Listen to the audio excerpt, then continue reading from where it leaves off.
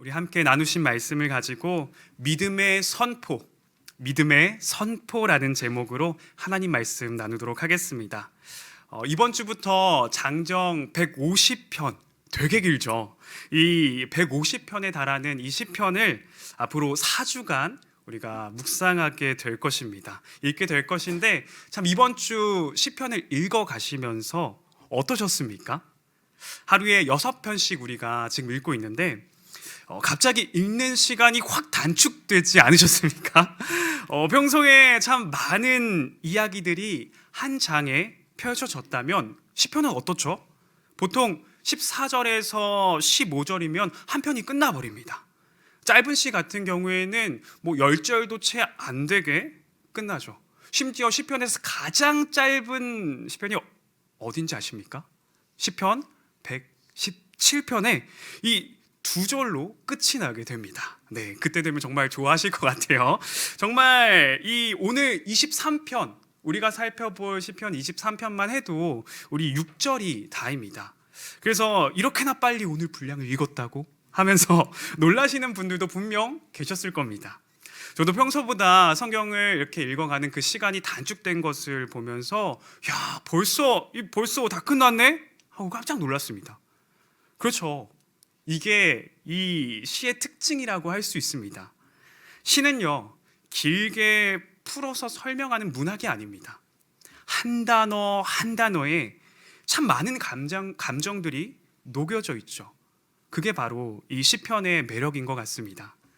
구구절절 그 상황들을 설명하지 않아도 시인이 사용한 표현들을 묵상하면서 그 시인의 마음을 알아서 함께 울기도, 함께 기뻐하기도, 심지어 때로는 하나님께 따질 때도 있습니다.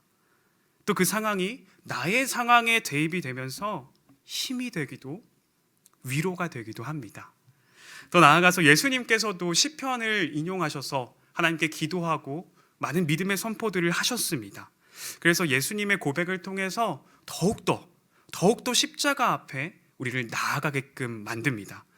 내가 받은 이 복음이 얼마나 값진 것이며 또 주님과 함께 동행하는 것이 정말 얼마나 큰 은혜인가를 우리가 이 시편의 말씀을 통해서 우리가 깨닫게 되는 것입니다. 참 이 매력 덩어리인 이 시편, 앞으로 4주간 이 오늘 말씀 벌써 끝났네 하고 그냥 이렇게 지나가는 시간으로 보내시는 것이 아니라 그 시편이 들려주는 그 풍성한 은혜 가운데에 스며드시는 그런 시간이 되시길 축복합니다. 그럼 오늘 말씀으로 다시 돌아와서 참 우리가 읽은 이 시편 23편, 정말 많은 이들이 암송을 하고 또 사랑하고 즐겨 읽는 말씀입니다. 오늘 이 말씀이 우리에게 어떤 메시지를 주는지 우리가 함께 살펴보기를 원합니다. 오늘 시편 23편은 다윗의 시로 유명한 고백입니다. 성경은 하나님과 우리의 관계를 다양한 방법으로 표현합니다. 주님은 포도나무요, 우리는 뭐죠? 가지. 이렇게 나무에 빗대어서 표현하거나 사람의 신체에 비유해서 표현하기도 하죠. 그리스도는 머리, 우리는 뭐요? 몸. 뗄래야 뗄 수 없는 관계를 설명하십니다. 또 무엇이 있습니까? 한번 생각해 보시면 부모와 또 자식의 관계로 표현하기도 합니다. 그 돌아온 탕자를 바라보시면서 정말 기쁨으로 달려가 안아주시는 그 부모와 자식의 관계를 그려내기도 합니다. 참 풍성한 표현들이 많이 있는데 특별히 오늘 시편 23편에서는 다윗은 목자와 이 양의 관계를 떠올리게 하면서 하나님과 우리의 관계를 표현하고 있습니다. 그래서 우리는 이 시편을 통해서 우리에게 주는 믿음의 선포를 배우게 되는데 오늘 말씀을 통해서 함께 살펴보기를 원합니다. 첫 번째로는 나의 목자가 되신다는 것입니다. 우리 1절 말씀 함께 읽도록 하겠습니다. 시작. 여호와는 나의 목자시니 내게 부족함이 없으리로다. 아멘. 다윗은 그 시작을 하나님이 어떤 분이신지, 하나님이 어떤 분이신가에 대해서 밝히면서 이 자신의 고백을 계속해서 이어나갑니다. 다윗은 하나님이 누구의 목자라고 합니까? 나의 목자가 되신다고 합니다. 그냥 그동안 들어왔던 그 성경의 수많은 이야기 속에서 등장하시는 그 하나님이 모세의 하나님, 요셉의 하나님, 야곱의 하나님, 아브라함의 하나님이 아니라 나의 목자 되시는 여호와를 고백하고 있는 것입니다. 이 양의 특징 중 하나가 참 바로 목자의 음성에만 반응하는 것입니다. 그래서 저도 아내랑 같이 이 양떼 목장에 간 적이 있습니다. 그런데 정말 양이 목자의 음성에만 반응하는 것일까? 맨날 듣기만 했는데 진짠가 하고 이제 그 검증을 해볼 시간이 제가 찾아왔습니다. 그래서 이 푸르른 양떼 목장에서 양을 불러본 적이 있습니다. 양을 불러본 적이 있는데 정말 제 목소리 하나도 반응을 하지 않더라고요. 그냥 열심히 그냥 풀만 뜯어먹고 있는 양들이 머릿속에 선합니다. 이처럼 다윗은 이 자신의 삶을 인도하고 또 목소리를 귀 기울여서 들을 대상이 바로 여호와라는 것을 선포하고 있습니다. 다윗에게는 하나님이 그저 이 성경 속에만 계시는 분이 아니라 그의 삶에 개입하시고 인도하시는 목자라는 사실을 그는 평생의 삶에서 경험했던 자입니다. 그래서 그는 오늘 1절에서 그분이 나의 목자라는 것을 주저없이 선포할 수 있는 것입니다. 이 여호와가 나의 목자가 되시니 무엇이 없다고 합니까? 부족함이 없으리로다. 왜요? 우리 2절 함께 읽겠습니다. 2절입니다. 시작.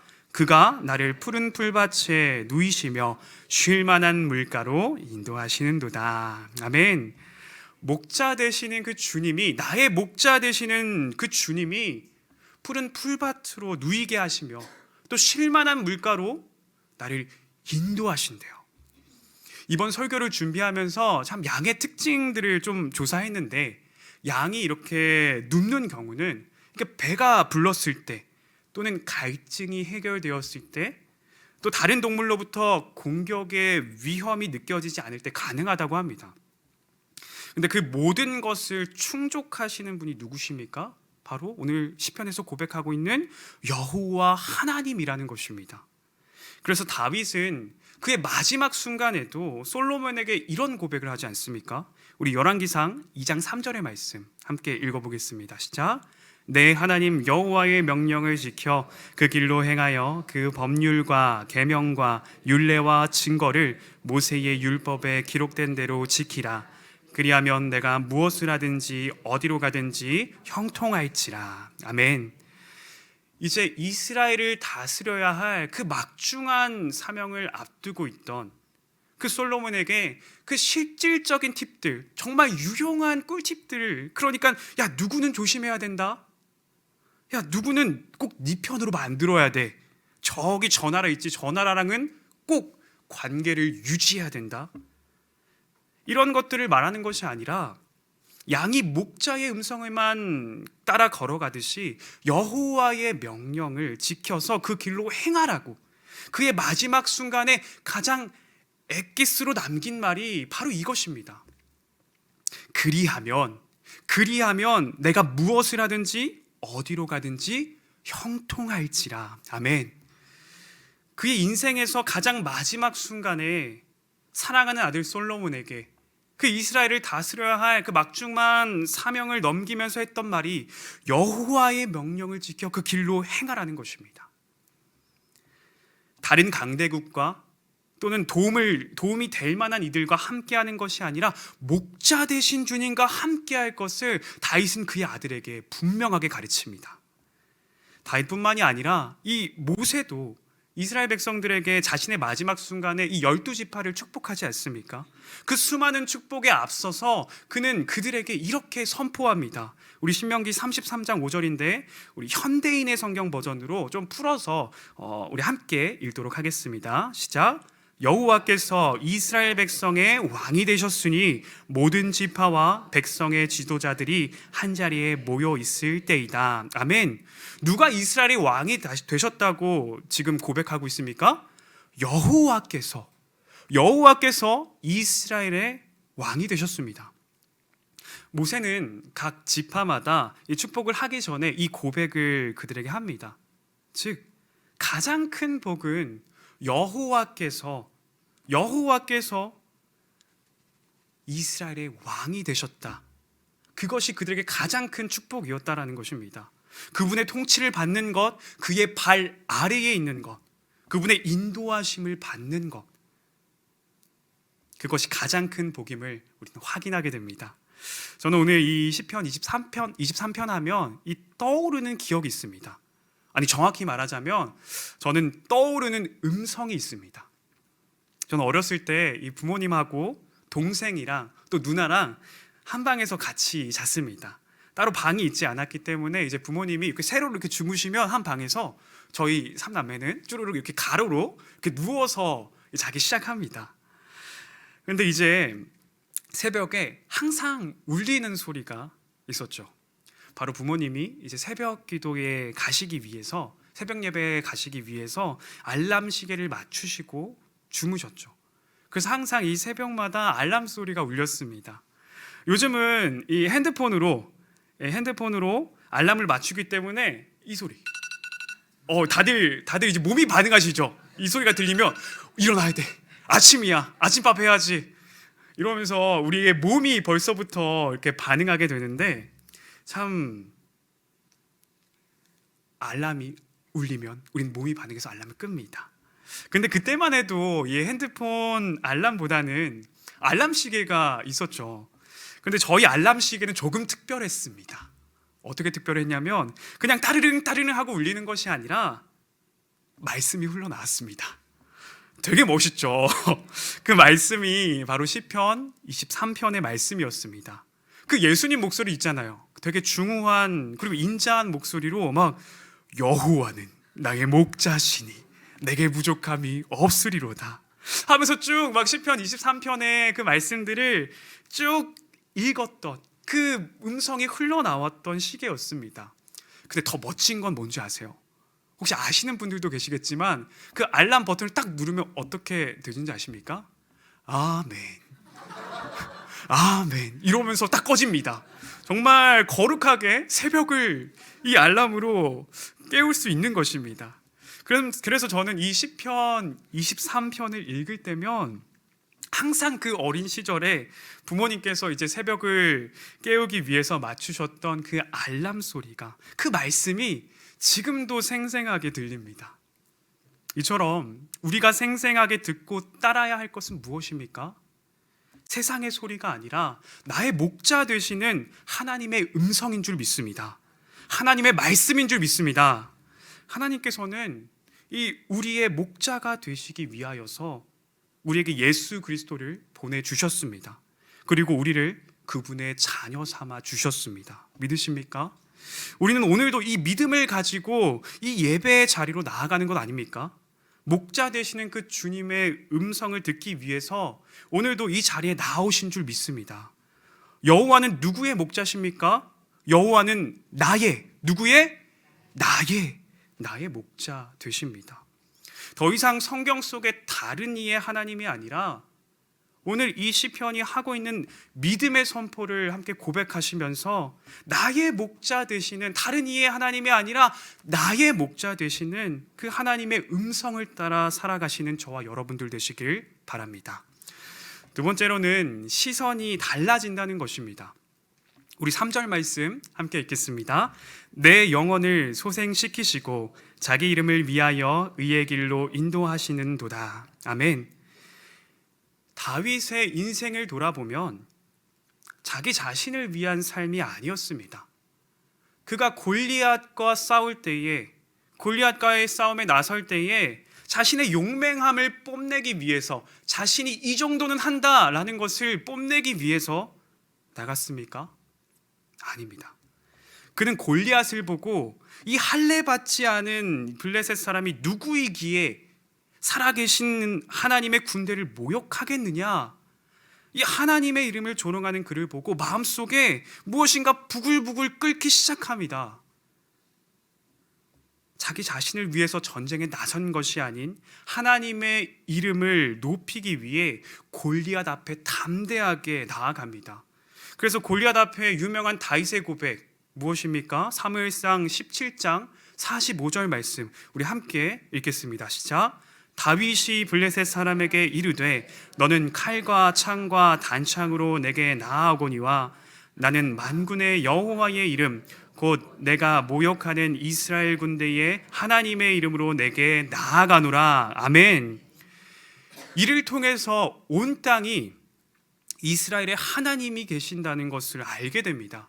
이 밖에도 다윗은 이스라엘의 왕이 되어서 나라를 다스리면서 자신을 위함이 아닌 하나님의 이름을 위해서 살아갔습니다. 그렇습니다. 오늘 이 시편 23편에서 등장하는 그 믿음의 선포, 그가 고백하는 믿음의 선포, 그것은 나를 위해 살던 인생이 더 이상 내가 아니라 하나님의 이름을 위하여 살아가는 인생이 된다는 것입니다. 그 대표적인 인물이 사도 바울 아닙니까? 그는 자신이 히브리인 중에 히브리인이요 바리새인 중에 바리새인이다라고 고백하면서 교회를 박해하는데 그의 열심을 다했던 자였습니다. 그런데 정작 그가 예수님을 인격적으로 만났을 때 어떻게 대답합니까? 제가 사도행전 9장 5절 말씀 읽겠습니다. 대답하되 주여 누구시니까? 이르시되 나는 내가 박해하는 예수라. 그 누구보다도 주님을 잘 섬긴다고 자부하면서 다른 사람들에게까지 인정받았던 그 사도 바울, 그가 뭐라고 묻습니까? 주여, 그런데 당신 누구십니까? 이런 이상한 질문을 하고 있는 것입니다. 이렇게 주님을 모르면서 주님을 섬긴다고 한다는 것은 결국 자기 자신을 섬기는 것에 불과합니다. 그랬던 바울은 예수님을 인격적으로 만나고 나서 더 이상 자신을 위해 사는 인생이 아닌 주님을 위해 자신의 목숨까지 내어드리는 그 담대한 인생으로 다시 태어나게 됩니다. 이것이 바울만이겠습니까? 우리 또한 예수 그리스도와 함께 십자가에서 죽고 또 주와 함께 그 주님과 함께 새 생명으로 다시 살아가는 존재입니다. 내 영혼을 소생시키시는 분과 함께 날마다 거듭나야 됩니다. 나의 옛사람을, 나의 죄된 본성을 주님과 함께 십자가에 못 박고 그 사망 권세를 이기신 주님과 함께 날마다 거듭나십시오. 어제의 은혜로는 오늘 살아갈 수가 없습니다.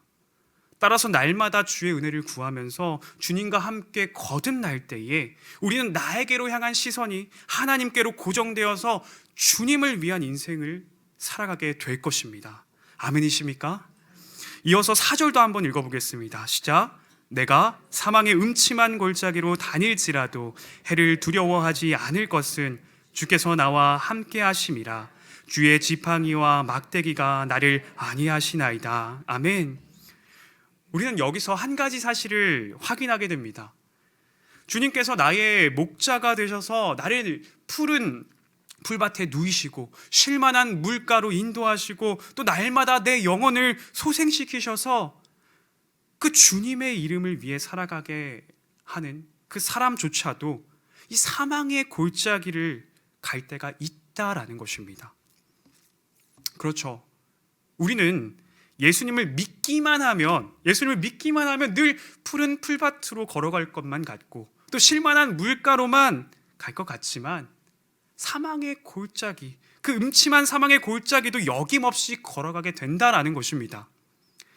우리는 예수님을 믿지만 우리 인생의 많은 어려움과 문제들, 너무나도 긴 광야 같은 생활이 우리에게 찾아올 때가 있습니다.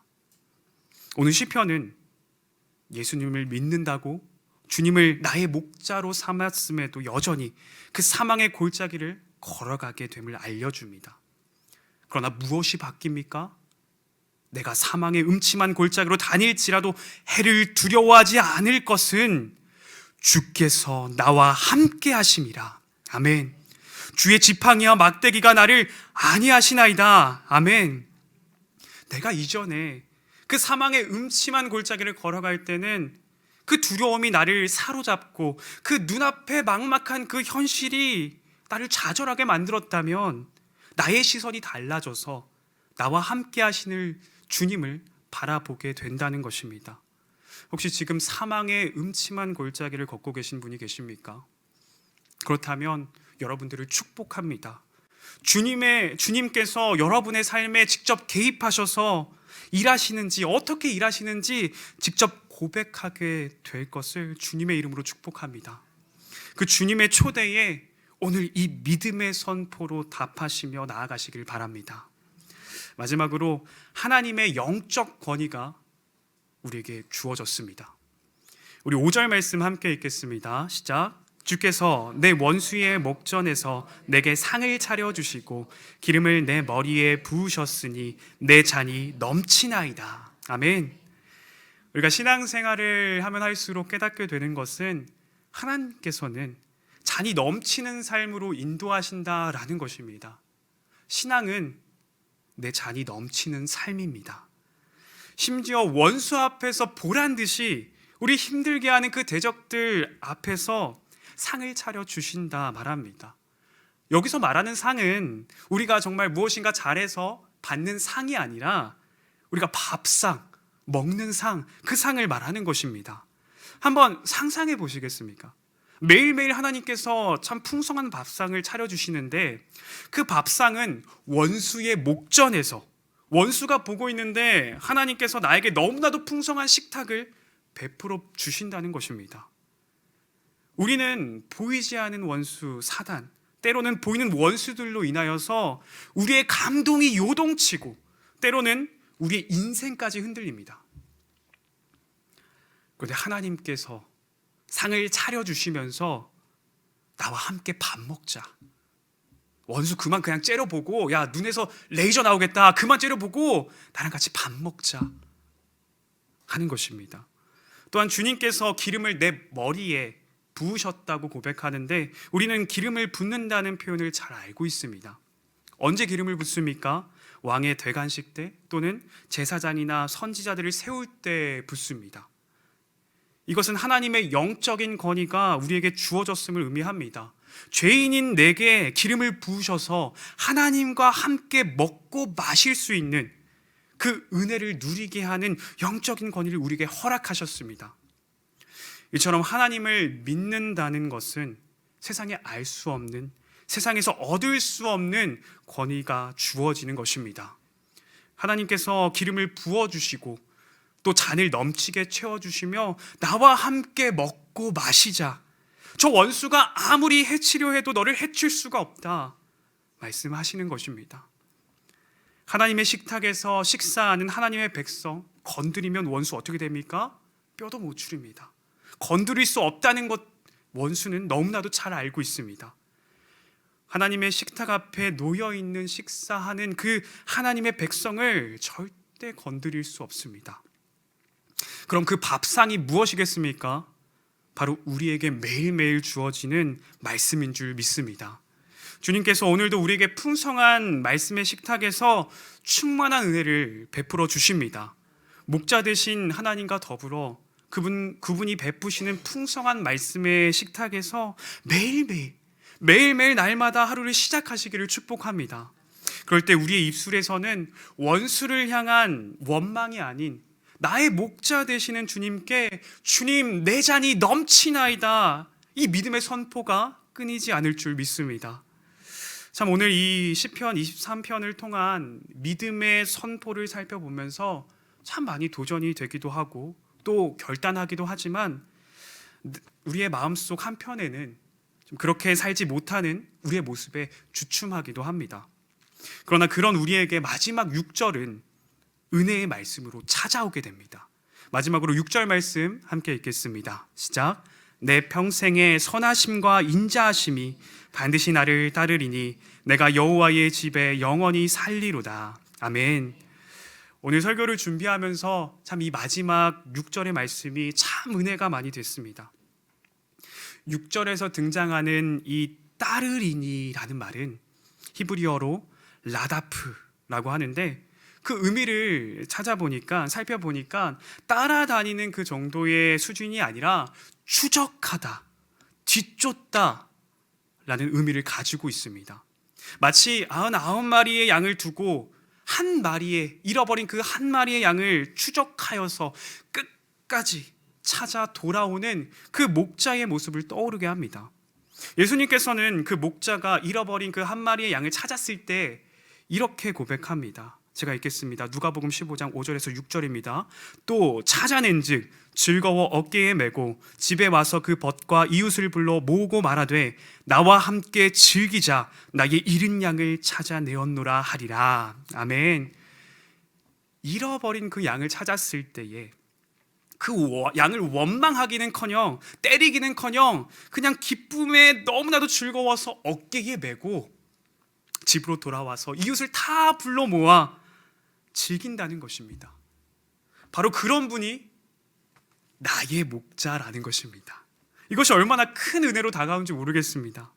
혹시 주님 품을 떠나서 너무나도 멀리 온 것처럼 느껴지시는 분들이 계십니까? 또는 오늘 20편, 23편의 그 믿음의 선포가 나에게는 여전히 버겁게 느껴지시는 분들이 계십니까? 그런 우리에게 오늘 마지막 6절의 말씀은 내 평생 선하심과 인자하심이 반드시 나를 따르리니 반드시 나를 추적하리니 끝까지 포기하지 않으시고 나를 추적하시는 그 주님의 놀라운 사랑이 있음을 기억하시길 바랍니다. 그러시기 위해서 주님께서 그 무거운 십자가를 지셨고 우리를 대신하여 십자가에 달리신 것입니다. 나를 끝까지 포기하지 않으시고 그 채찍에 살이 찢기시는 고통과 사람들의 모욕과 멸시를 받으시며 십자가에 달리신 나를 향한 그 사랑의 추적이 오늘 이 시편의 말씀을 읽으면서 절절하게 느껴지게 됩니다. 우리가 어디에 있던 어떤 상황에 처해 있던 나의 목자 되시는 주님께서 나를 추적하여 벌벌 떨고 있는 다리에 힘이 풀려서 움직일 수조차 없는 그런 상황에 놓여 있는 나를 찾으시고 기뻐하시면서 어깨에 메시고 돌아가신다. 그 집으로 여호와의 집으로 돌아가신다. 오늘 그 주님의 사랑을 깨달아서 우리의 입술에서 내가 여호와의 집에 영원히 살리로다. 이 믿음의 고백이 그 믿음의 선포가 넘쳐나는 저와 여러분들 되시길 소망합니다. 이제 말씀을 정리하려고 합니다. 오늘 시편 23편 이 다윗의 시는 오늘 우리에게 믿음의 선포를 가르쳐 줍니다. 어떤 믿음의 선포가 있었습니까? 먼저는 하나님이 나의 목자가 되십니다. 양이 목자의 음성만을 따라 살아가듯 우리 또한 주님의 음성을 따라 살아갈 때에 이 성경 속에서 등장하는 하나님이 다른 이의 하나님이 아니라 나의 목자이심을 믿음으로 선포하게 될 줄 믿습니다. 그런가 하면 시선이 달라집니다. 주님을 목자로 고백하며 살아가는 자는 인생의 시선이 자신을 위한 인생에서 주님을 위한 인생으로 살아가게 됩니다. 그러한 삶을 살아가는 자는 사망의 음침한 골짜기를 걸어갈지라도 두려움에 휩싸이는 것이 아니라 그 시선을 주님께로 향하고 주님과 함께 걸어가는 은혜를 누리게 될 것입니다. 마지막으로 하나님의 영적인 권위를 우리에게 주셨습니다. 우리에게 기름을 부어주시고 그 원수의 목전에서 풍성한 밥상을 차려주시는 이가 바로 나의 목자 되시는 하나님이십니다. 그분께서 오늘도 이 내 잔을 넘치게 부어주심을 믿으시길 바랍니다. 나를 반드시 추적하시는 그 주님의 놀라운 사랑, 그 십자가의 상을 기억하며 오늘 시편 23편이 믿음의 그 선포가 나의 고백이 되시는 저 여러분들 되시길 주님의 이름으로 축복합니다.